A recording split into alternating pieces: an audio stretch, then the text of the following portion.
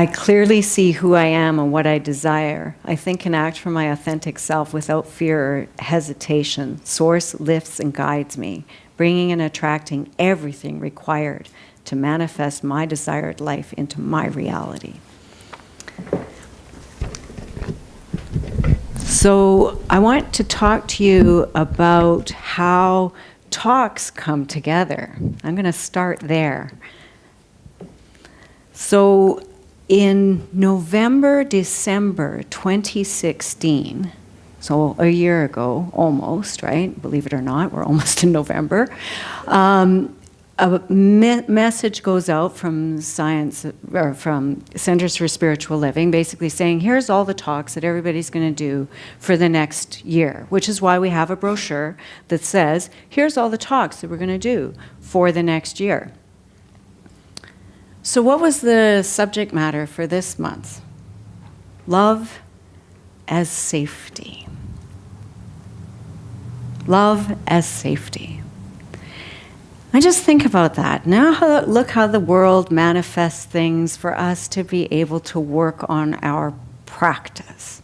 So put into consciousness a full year ago, who knows what was happening in the world a year ago? Who would know what would be happening in the world in October at the time that we would be doing a talk on love as safety as the overall arching theme for the entire month? And then this particular week is about the perfect relationship.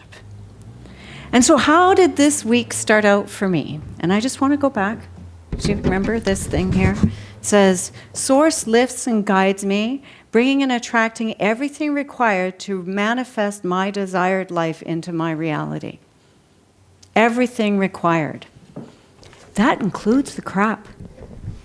I'm just telling you, right? It does. Because if it brings in the crap, that means you got to look at it if you believe that it's bringing in everything that is you need to see the beauty in the world. Doing la la la la la is not going to do it. Bringing the crap right in front of you so you can look at it, instead of doing that, just put sugar on top business. We're not actually, people sometimes think we're about the put sugar on top business. We're not. We're actually about the what's underneath that. Where's that stuff? That's what we're working on. And so at least for me this week, and I know for a lot of people this week, it started out a little harsh. It started out with, if you spend any time on Facebook, it started out with a whole bunch of women going, yeah, me too. Yeah, me too. Me too. Me too. Yeah, me too. Me too. Me too. Me too. Me too. Me too. It was a lot of me too. And there were some guys in there too with the me too. So it wasn't just about women. It was also about men. It was also about all kinds of people who have been, at different times in their life, abused. And that I know is a trigger. I know that. And it's probably a trigger for some of you. Frankly, trigger for me too. So what do we do about that? What do we do about that stuff? Do we just bury it and pretend it doesn't exist? My experience, and I went on CBC because I thought, oh my goodness, they had a little talk show and I happened to be listening, and I never listened to the talk show at noon. But that day, for whatever reason, I was. And all of a sudden my heart's beating because I'm feeling called that I should be calling in. And I'm thinking, I'm not calling in. Why would I call in? I'm not calling in. And then I thought, how many ministers are going to call in? And how many times is there going to be an opportunity for a minister to stand up and say, yeah, me too, and now I'm going to call in?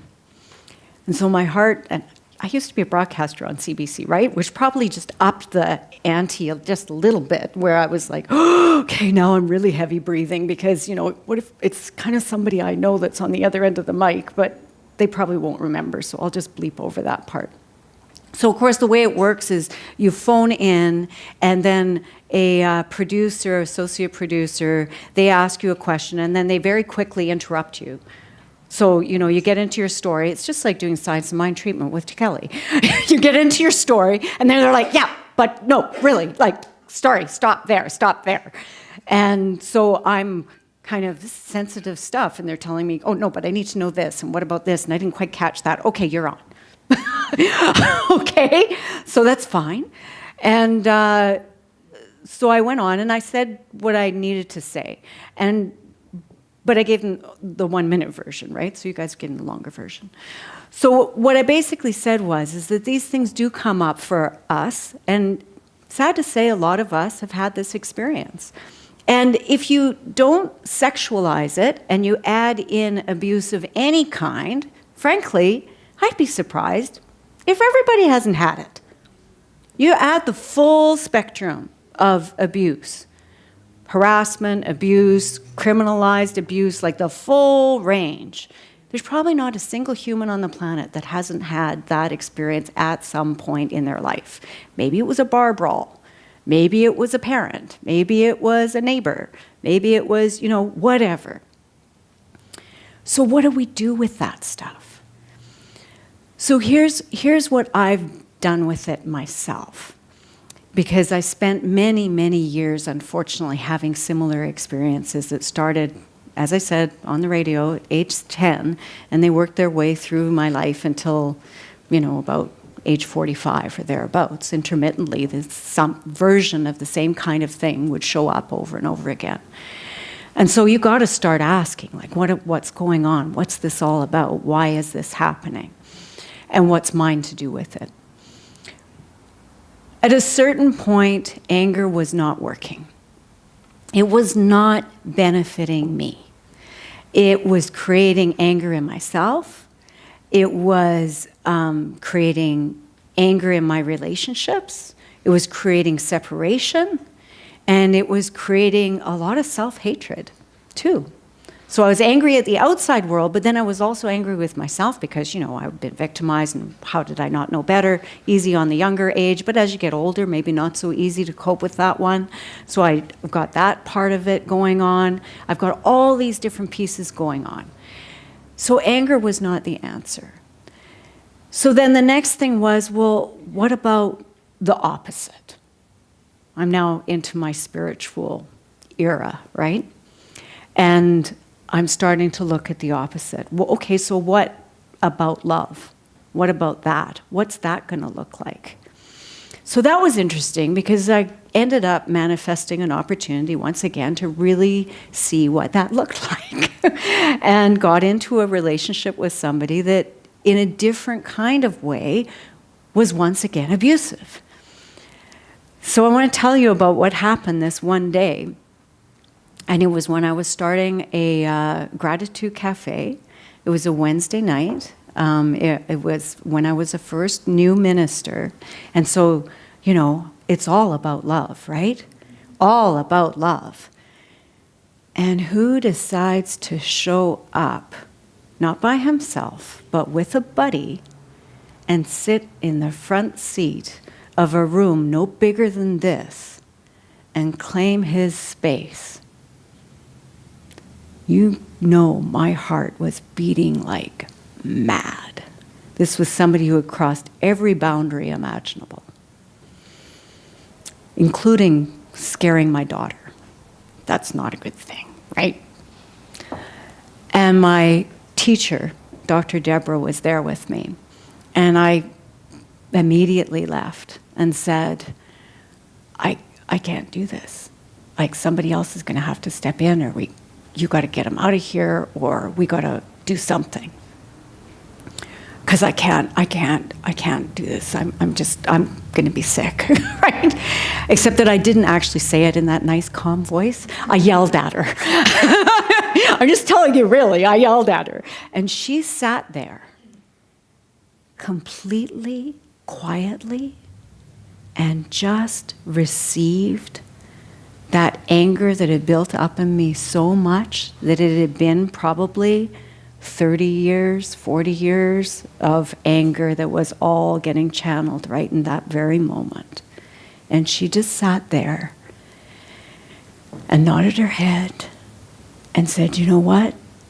I'll honor whatever you decide to do. I will honor that. So I thought, okay, that sounds like a good plan. Now I got to figure out what to do, right? Back in my court. Thanks, Deb.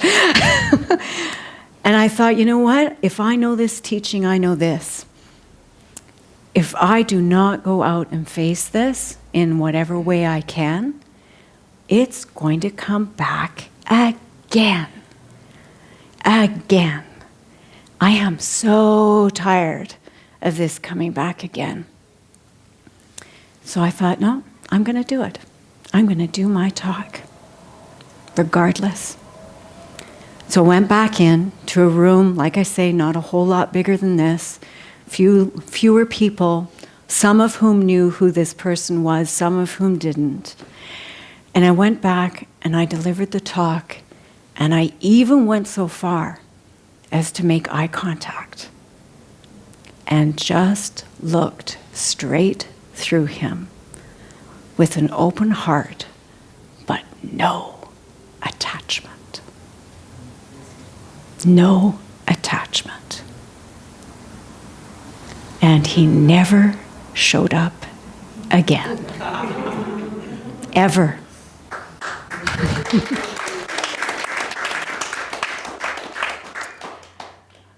So what I know about this is that this business that they talk about in the Bible, about turning the other cheek, isn't just an airy-fairy, yeah, that's good for so-and-so if you're really nice and squishy, but it's not good for me. It's a serious practice. It's a serious practice. If we continue to just react as I so desperately wanted to react, with anger and with violence and all of those other things, guess what we get back? The very same thing. That's the piece, is for us to look back inside and see what it is that we need to do to be able to heal those wounds. Those wounds will change us in ways that we may not understand, and we need to come to grips with and accept who we've become as a result of those things instead of fighting it all the time. Because as we accept it and say, okay, so I was here and maybe I would have been and maybe this and maybe that and whatever, but what if I just accepted it? What if I just looked at it and said, you know what? This is the fullness of who I am. This is how I choose to do relationship now. And yes, I've got scars. And yes, I've got wounds. But you know what? In a strange little way, they're a blessing. And so I'm grateful for that, because it woke me up to who I was in a deeper way and who I wanted to be in a deeper way in relationship. And I won't go too far because otherwise I really will cry. But I have the relationship I want now. Absolutely. So I want to share with you a couple of things that are a bit more grounded so we can get out of the teary stuff. Although that's kind of fun too every now and again. Couple of quotes from Ernest Holmes. He says, if one sees only unloveliness in others, it is because unloveliness is a strong element in himself. The light he throws on others is generated in his own soul and sees them as he chooses to see them. And then he also says, it has been said that we can know God only insofar as we can become God. So if you think God is fill in the blank, that's your challenge. That's your piece that gets to be, I get to be this piece. I get to be this piece. And what does that mean? And what is that going to bring? What is that going to bring to the world if I'm that piece that I know is God? So I want to bring it down to some practical stuff, because there's a lot of things that we can do just in the relationships that we do have or the relationships that we want to have that is just kind of nice and practical.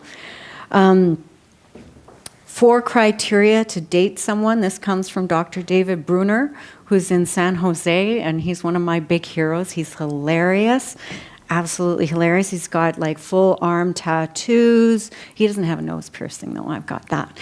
And he doesn't color his hair. I've got that. But he has a boyfriend. Oh, so I've got that too. Well, these are his 4 criteria to date someone. Do you respect him or her? Do you respect that person? Do you admire that person? Do you support that person? And are you attracted? That counts too. 4 criteria: respect, admire, support, and attract. All really great.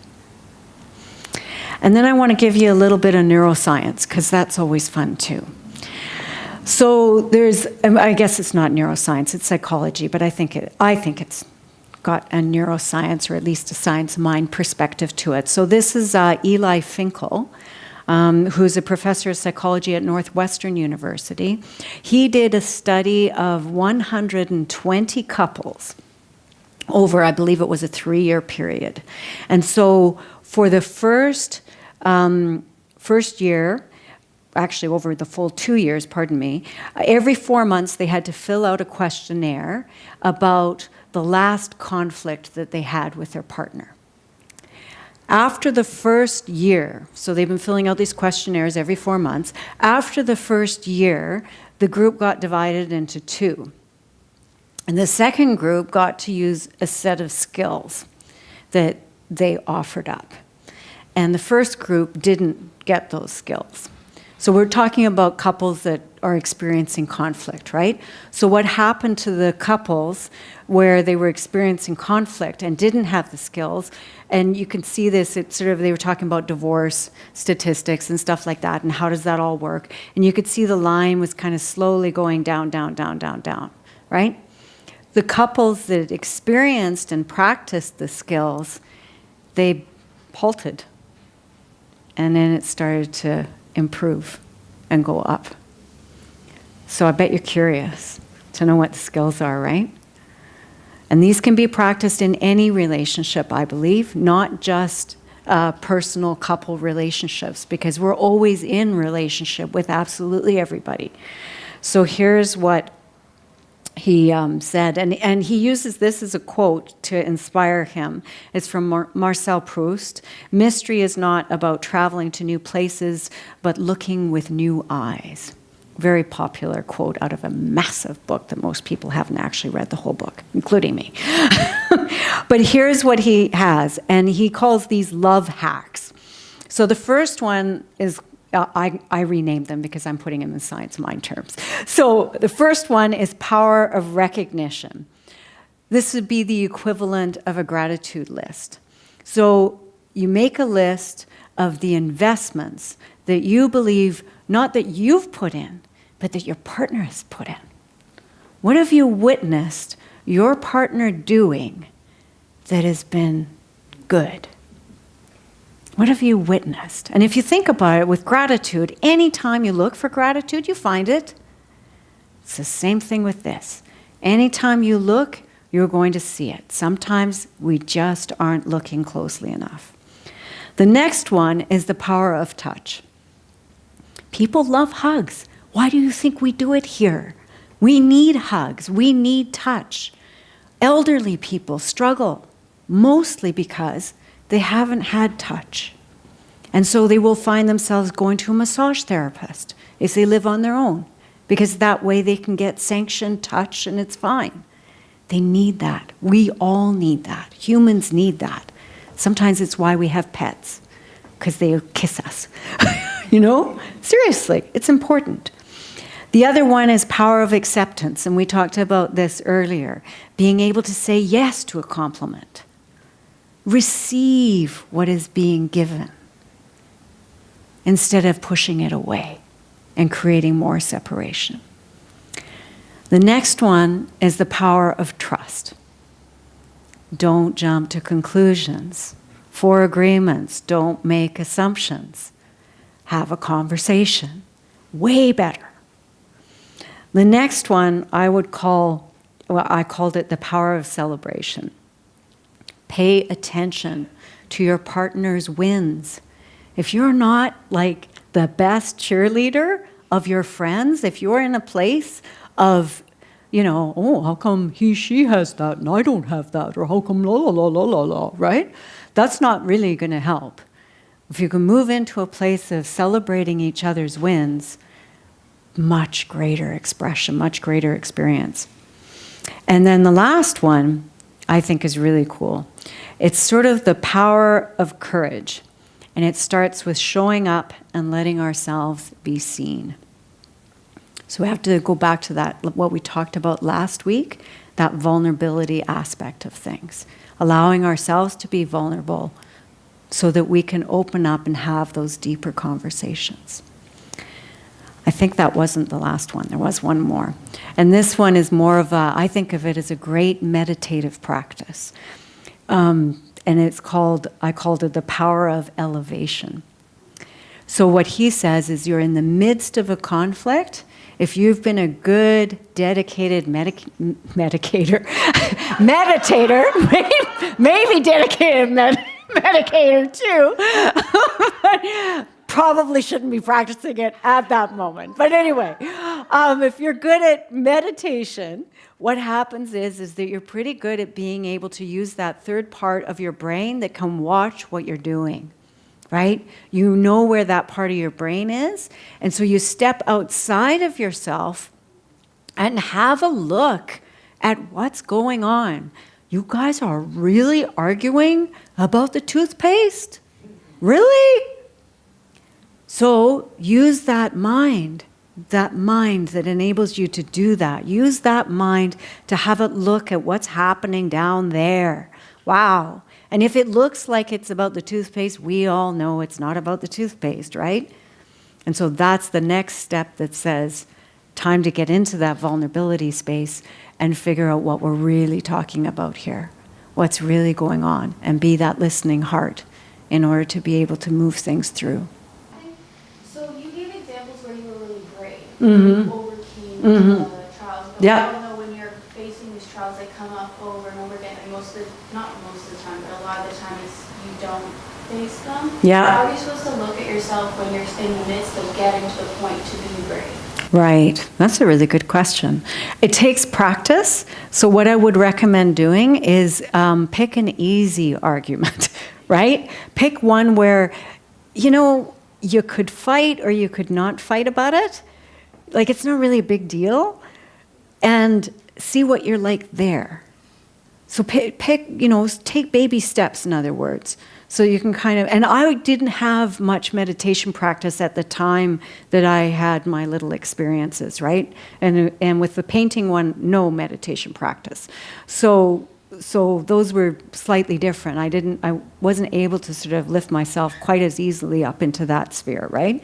But take the baby steps, and it's better than taking no step, and just see what happens. Yeah. One thing I've tried this year is that, like everybody else, I feel fairly often. And what I heard recently is that happiness is, if you live a happy life, it's based on getting back to the happy place faster, right? Mm-hmm. So what I try doing is, even if it doesn't make sense in the moment, I've just tried being happy, and amazing things have happened. Yeah. If I use my logic, it wouldn't make sense. I try and be happy if something negative just happened, but it seemed to work. Yeah. So, It's amazing, and that sort of speaks to Raymond Charles Barker. Power of Decision talks about that. There's a whole chapter. It's a decision. Yeah, it's a decision. Decide to be happy. There's a whole chapter on that. It's like, really, I can decide to be happy? Yeah, you can. You can, and it changes things. Things don't stick as long. Yeah, thank you. So just to close, I just want to share this piece from the Upanishads. So that's an ancient Hindu teaching, and I came across it today. And so there's a father and son, and they're having a conversation, and the father is, obviously more wise and experienced with spiritual things. And so the son's trying to elevate his consciousness. And he says, how do I learn more about Brahman, the all one mind, etc.?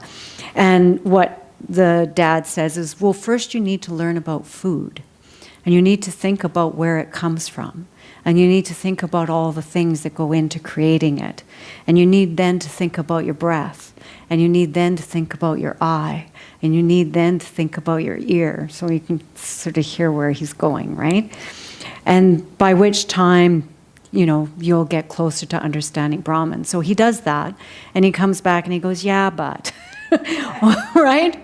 And so he says, I understand that food, is needed by all creatures and everything.